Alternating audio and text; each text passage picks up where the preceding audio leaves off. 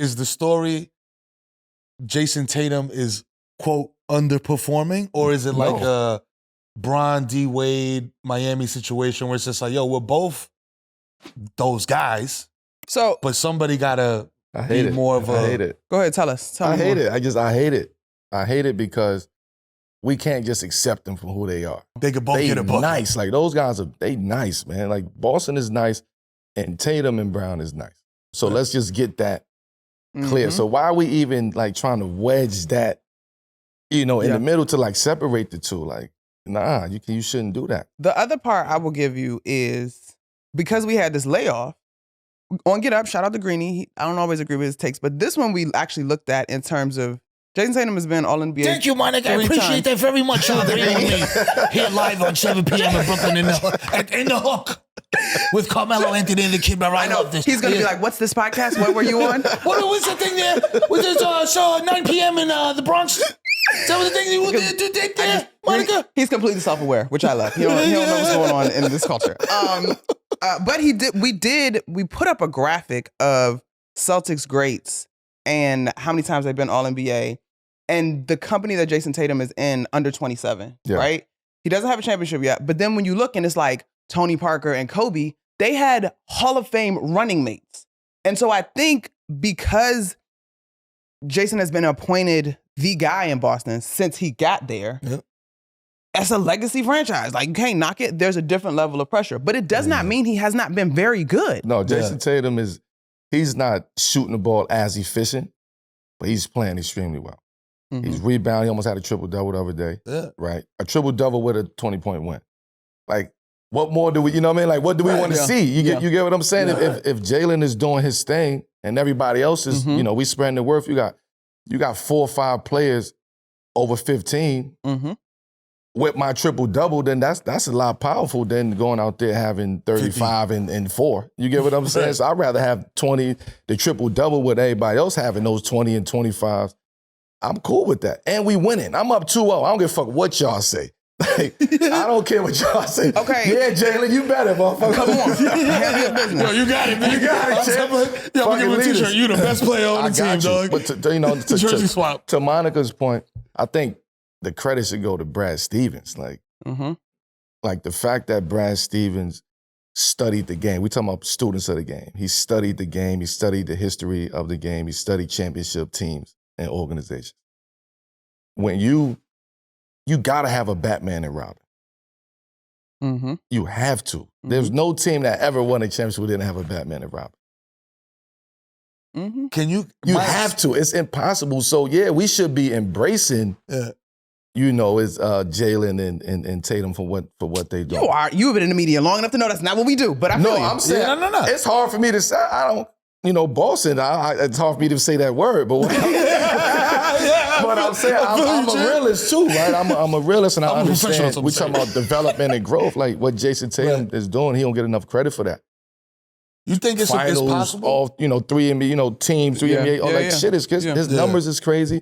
All under 27. Do y'all think it's possible for that to happen, but for it to switch? You know what I'm saying? Depending on matchups, situations, whatever. So it's like you have your Batman and Robin, right? You got Jayson Tatum, you got Jaylen Brown, Batman, Robin. But today I'm Batman. It's Batman, Superman, really. It's like Batman and it ain't Robin. Right. It's Batman and Wolverine. It ain't Robin though. You know what I mean? I feel you. It ain't Robin. So what are you saying? It's possible for their roles to switch? Right. So it's like sure. And ego not get into it, right? So it's just like, all right, cool. Like today, you getting 40. Impossible. I'm a facilitator. For ego not to get into it? It's impossible. It's impossible. Because the only way this will happen is if Jayson Tatum goes and say, here, Jaylen, here's the keys. Look, Dwayne Wade had to do that with LeBron. Here's the keys. I'm going to do what I do, but I need, here's the keys. Go ahead. Right? I'm saying in order for that to happen, I'm just speaking hypothetically. In order for that to happen, that's what will have to happen. Jayson will have to say, here. You sure it ain't like, I got this, bro. You drunk. Get in the back. I'm taking the keys. Give me the keys. Give me the keys. Nah. Ooh, hello. So this is what I think as a fan. You think about that. Y'all are more in it than me. I'm watching on TV. I'm at the crib in my Olas with no shirt and half a sandwich, watching the shit. And when they show you, the commercial, right? Yeah. Mavs, Celtics. What do they show you? Who the faces? Luka, JT, right? Yeah. So like, that's because they both Jordan. But go ahead. Yeah, but that conversation go deeper than that though. Like as far as why we don't see Jaylen Brown. Like that's a deeper conversation. You get what I'm saying? Like I don't think we got enough time to. You get what I'm saying? Like I got my share of truth telling. I know JB, so I understand what was going on with him and his mindset. With, You know what I mean? So, bro, that dude I don't want to get into that conversation right now. That's probably another segment. But he can be there if he wanted to. He can be there in a different way. He can be there.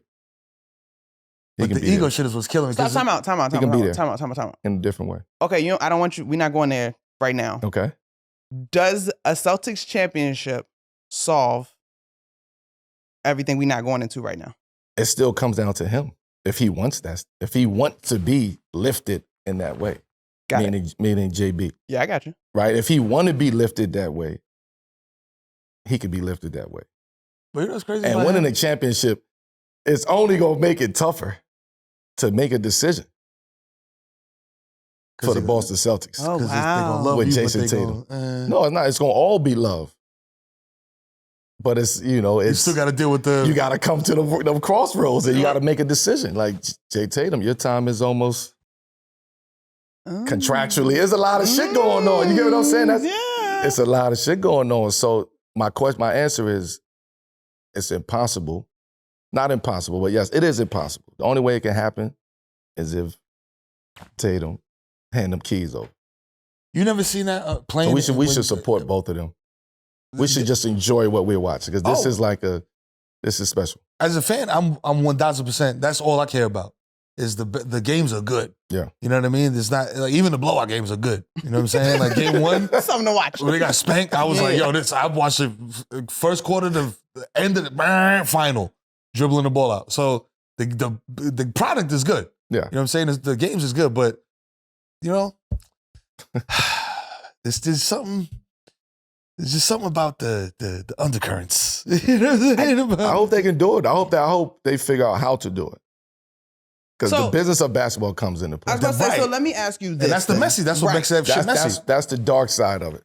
Not only, so obviously the business, dollars got to make sense. But then there's also the relationships of like your teammates. Yep. And I think one of the things in sports, not that all your teammates are not your best friends. Some folks are just your teammates. Absolutely. Right? And so as we watch, like I'm sitting here thinking like currently in the league, there's probably not a 1-2 punch that is as close in terms of productivity, right? Everybody else, we would be like, oh, that's one. And every now and again, the conversation seems to teeter that you would argue that's the other one, in Boston in particular. But how much of that can be solved? And I'm not implying that they don't have a great relationship, they're teammates. But like how much of that is kind of the work that y'all decide to do away from the court, just at dinner, kicking it, trying to figure out how to make it work in the big picture? I mentioned this on an earlier episode. Right, I said about the Clippers. Yeah. I said in order for that to work, they got to like each other. Got it. Right, you got to really fuck with each other, like in order to be like, all right, I'm gonna let you do your thing. You do your thing. Like you gotta strategize on that. You can't strategize if you don't communicate, if you don't talk, you don't fuck with each other. You just see each other in the gym. Yeah, it's just like you see them in the gym, you hang out sometimes. But in Boston, I think it's the culture that they create in Boston. I got you. Whereas, even though Boston win all these championships, they still get overshadowed. You know what I mean? Even though they was the number one team in the NBA this year, they still was down talked. They can't do it. They're not going to do it. Can them two coexist? Like they're going to fold in the playoffs. Those two guys, I think, from what I know, is very, very close. Like to the point where it's like, oh my, probably what Caitlin is thinking. Like, damn, like it ain't even like that. Like, what the fuck are y'all even talking about? Yeah. Jayson ain't gonna say it. He gonna tell you in his body language that y'all bugging. JB will tell you. Yeah. Right? But he's an intellect. You get what I'm saying? So he know how, bro, he's an NBA Tony Stark. Yeah, he know what to say, how to say it. He know how to, say what he got to say and let it be known in his way. So that's the difference between the two. His personalities is a lot different too. So I think they both love each other and really fuck with each other to like, yo, I want to see you win just as bad as you want to see me win. Right. And I don't think that's the case when most white hats get together. Right. Like you don't want to see the other one win as much as they want to see you. Like it's never like that. It's never balanced like that. We're taking a brief break from today's episode to let you know that PrizePicks got you covered when it comes to helping you make some bread. That's right. It's finals time, y'all, and PrizePicks is the easiest and most exciting way to turn every game-changer moment into 100 times your money. With as little as 4 correct picks, yes, 4, you can turn $10 into $100. PrizePicks allows you to pick combo projections across baseball and basketball with specials, so you can support all your teams while still cashing in. Yeah, I mean, you can't beat that. And if you're looking for promotions, PrizePicks got you covered every single week. From lowering select players' stats projections on Tuesdays, which increases your chance of getting a win, to getting your entry fees back if you have a losing lineup on Friday. Make sure that you visit prizepicks.com/7pm and use our promo code 7pm for a deposit match up to $100.